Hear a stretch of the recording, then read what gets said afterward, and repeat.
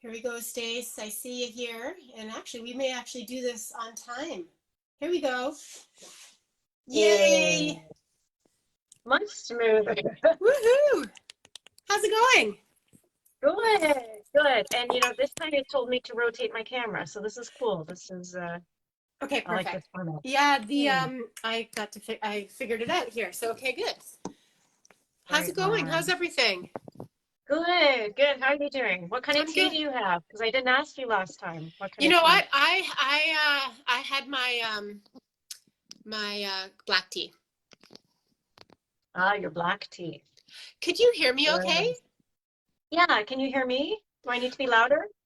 I you just sound a Or am little I? bit far away, but I'm wondering if that's my phone. Okay, I actually had my volume cranked, so Oh, okay. okay. Well, hopefully we can get some people joining us here.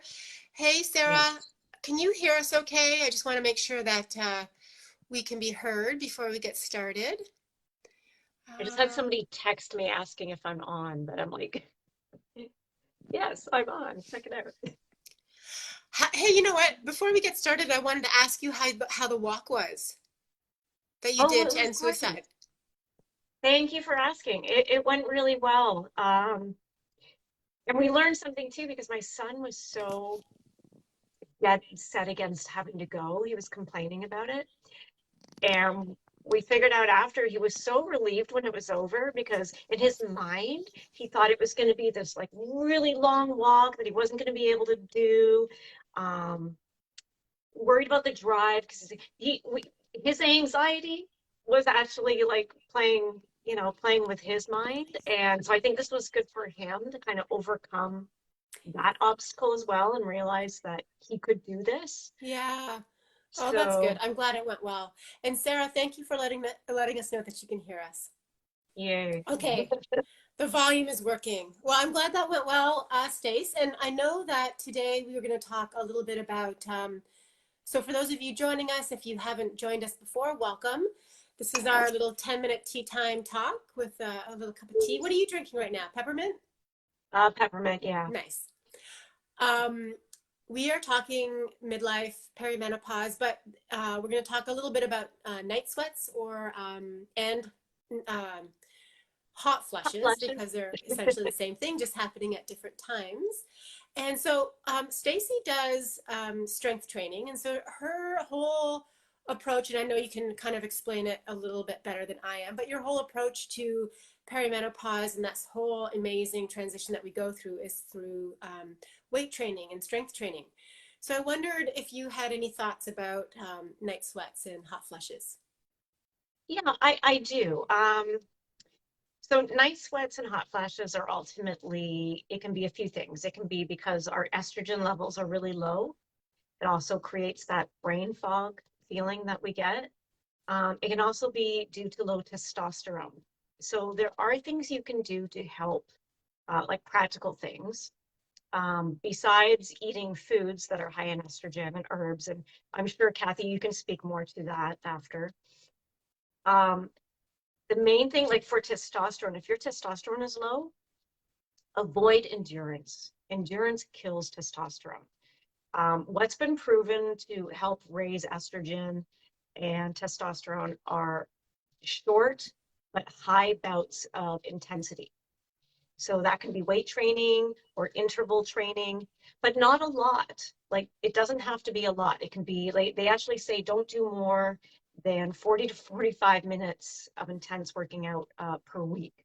So Okay, depending on where your per levels are week. at, how bad your symptoms are, it can be small. Just keep it really intense. And I mean like to muscular fatigue. So it can be heavy weights, or if you're not comfortable with doing weights, it can be just a lot of reps, but until you can't do one any more reps. Like Okay. that's what I'm Did talking about. did you say 40 minutes per week?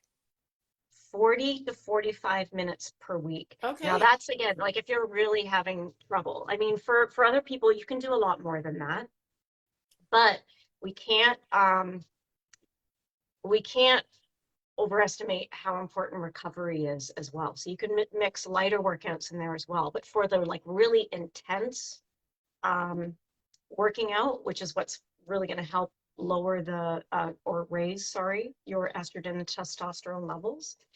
Um, that's you don't need to do too much of it, and there's so much. Do it earlier in the day so that it won't affect your sleeping cycle, if possible. Yeah, I If your remember you sleep is said that still, last week. yeah, That makes sense. Yeah. Um, and so we're looking so to summarize it.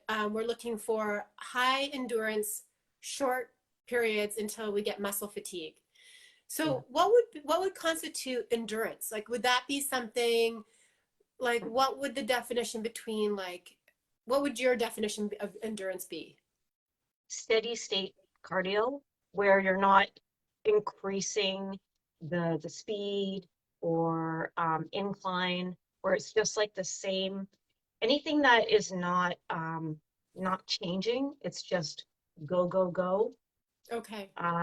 It's not really gonna benefit you, or it's not definitely not gonna help your testosterone level. Okay. So that's just something to keep in mind. I'm not saying don't do endurance, Yeah. because that can still be really mentally helpful for people. So I don't get the wrong idea. I mean, any type of movement is going to be good and Yeah. beneficial, but specifically for those kind of symptoms, night sweats and hot flashes, I would recommend focusing more on adequate intensity. Okay. That's really helpful. And by the way, for those of you who don't know, and Sarah, I see your email about the bamboo pillow. Uh, we'll we'll um, we'll talk about that in a sec. For those of you who don't know, Stacy does a program where she customizes workouts for those of us in that identify as the Gen Xers who are either in the middle, just about to start, or have already moved to the other side, like myself, just recently, of this perimenopause, menopausal transition. She could help you with these sort of customizing your own workouts, which is really awesome because I think accountability is really important for people. And so it's difficult for some of us to go out and start to do these things when we don't know what we're doing, aren't accountable to anybody, and don't know why we're doing. I think the why is really important for a lot of us to stay motivated. So thank you for sharing that. No worries. Um, And yeah, no, go go ahead. ahead, Kathy. I want to hear your thoughts as well. Well, I think this is going to be the answer for every single subject that we talk about with perimenopause and menopause is stress, because stress is, and of course, working out is a great stress reliever. And then, it ties into that. We don't want to overexert ourselves because then we're depleting our reserves. And, we need to go into this transition feeling fairly, um, not rested, but we don't want to go into it with a tank half or an empty tank, because that's just going to make things worse. But I would say so we call them hot flashes in North America, and they say hot flushes in Europe. And it's just a differencing of words, but they mean the same thing. And then night sweats are essentially a hot flush happening at night.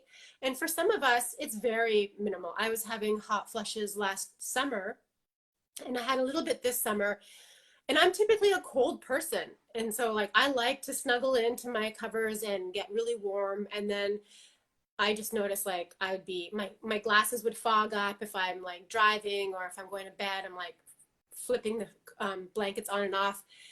And so some of the things for lifestyle would be uh, you know so alcohol is a trigger for many people when it goes for hot flushes. And it's interestingly, there is an article that also says that a glass of wine is actually helps women. But I'd say for more women, it tends to be the opposite, where alcohol tends to actually create, because it's dilating our blood vessels and it's kind of warming us up. It can exacerbate our hot flushes. So we want to avoid that. We want to try to avoid it, but we also want to avoid it closer to bedtime. And then, Sarah said a bamboo pillow. So having clothes that are light and breathable, so that if we all have these hot flushes to various extents. Some of us, it's just a mild little mist, and others, it's like a soak through your pajamas and your bed sheets where you have to change them, which is really interferes with the sleep. So, Um, wearing fabrics that are breathable and won't just kind of keep us damp and wet while we're sleeping is probably helpful. Um, I would say the same thing as you, like having exercise during the day to kind of help. Um, and then avoiding some of those foods that have those kind of hot compounds in it, like, cayenne peppers and spicy foods can sometimes make us Right. feel hot. Because what's happening is that the hypothalamus is telling which is a part of our brain, is telling our body that we're hot, even though we're actually not. And so it makes us feel like we're hot, and so we have to take off clothes or go outside, and then once it passes, then we get really cold and shivery, and so then we got to add layers. So layering clothes is really helpful, and layering fabrics that are actually breathable and helpful. um, I mean, there's so many things, I think. And sugar, And sugar, avoiding yes, you're right, avoiding sugar. Yeah. with our insulin That was a levels. good point though too about the spices. I never thought about it from that standpoint before. Like I knew it's good to stay away from spices to not interfere with your sleep and stuff, but yeah, I never thought about it like from the stress point of view, how it makes your brain react like that. That's really interesting. Well, it's also like, yeah, and it's also dilating our vessels, and so we're getting Right. more blood flow. My hot flushes are worse in the summer, which makes sense because it's hot outside. And then I just say stress. So like, if you get a not a very nice text message, or if you're running late for a meeting, or if you've forgotten something, that is enough to trigger a stress response, which is going to then trigger a hot flush. So that's something to be aware of, how we can better manage our stressors. And then there's the whole sleep hygiene.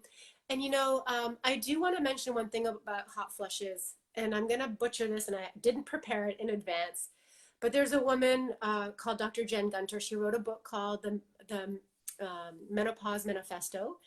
And when she's having a hot flush, she has a mantra, which is like a saying. And she talks about it saying, I'm having this hot flush because women have evolved to push on humanity, or something like this. So it's like, it's a mindset. And so actually, CBT, which is cognitive behavioral therapy, is also very, very helpful for hot flushes, because we don't want to get into that narrative, like, where it's kind of a feedback loop where we're getting stressed and we get a hot flush, and then we're like, I'm getting a hot flush, and then it's making us more stressed. So CBT is supposed to be really, really effective.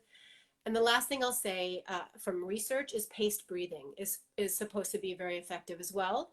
Paced breathing is taking an equal breath in as you are a breath out. So let's say you're inhaling for a count of 4, you're exhaling for a count of 4. And the research was, if you did this 2 to 3 times a day for 20 minutes, like 20 minutes in total, and then you do it when you feel hot flush. So that's a lot of work. That's a lot of investment in your breath work. But I think if your hot flushes are real severe enough, um, that might be something that you can try. And then I'll also talk to your doctor if it's interfering with your life and your quality of life, because maybe there's some bioidentical or other hormone replacements that you can do. Sure. Sure, absolutely. And I know our time is up, but I will say there are, also turn to maybe food that's high in estrogen as well to help raise Yeah. that. Like there's like soybean, flaxseed. I wrote some down. Tofu, um, dried fruits, nuts. And I know there's some like herbs and teas. I've never tried them, so I can't vouch for them working, but I've heard licorice root as a powder and fennel. Those are the two I've read about, but I have not tried them. Yeah, there's lots and lots out there, and I always hesitate talking about them because I'm not a nutritionist, um, and even though I do acupuncture, I'm not an herbalist either. And I also think that different things work for different people depending on Yeah, what their absolutely. symptoms are. And so the one thing I might just suggest is that we may all experience hot flushes, but we all have different patterns as to why we might be experiencing them. So making sure something's tailored to you is also can be very helpful.